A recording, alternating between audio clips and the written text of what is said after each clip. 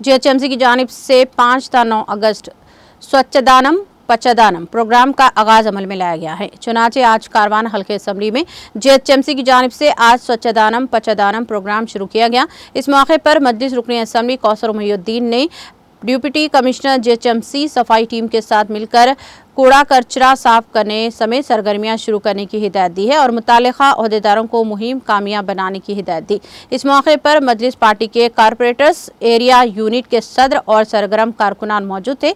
वाज़ेह रहे कि प्रोग्राम के दौरान पीर को कमजोर पॉइंट्स पर तवज्जो मरकूज करेंगे और 6 अगस्त को एंटी लार्वा ऑपरेशंस और फॉगिंग के साथ विक्टर में पैदा होने वाली बीमारियों पर काबू पाने के इक़दाम किए जाएंगे।